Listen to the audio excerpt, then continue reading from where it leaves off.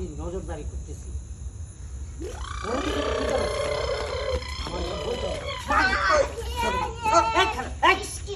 কি ব্যাপার?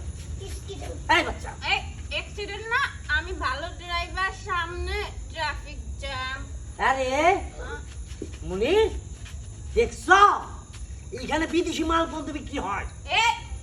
এই যে আমার গাড়ি, জিপ গাড়ি। কি ব্যাপার, আপনাদের দুজনেরই অবস্থা কেন?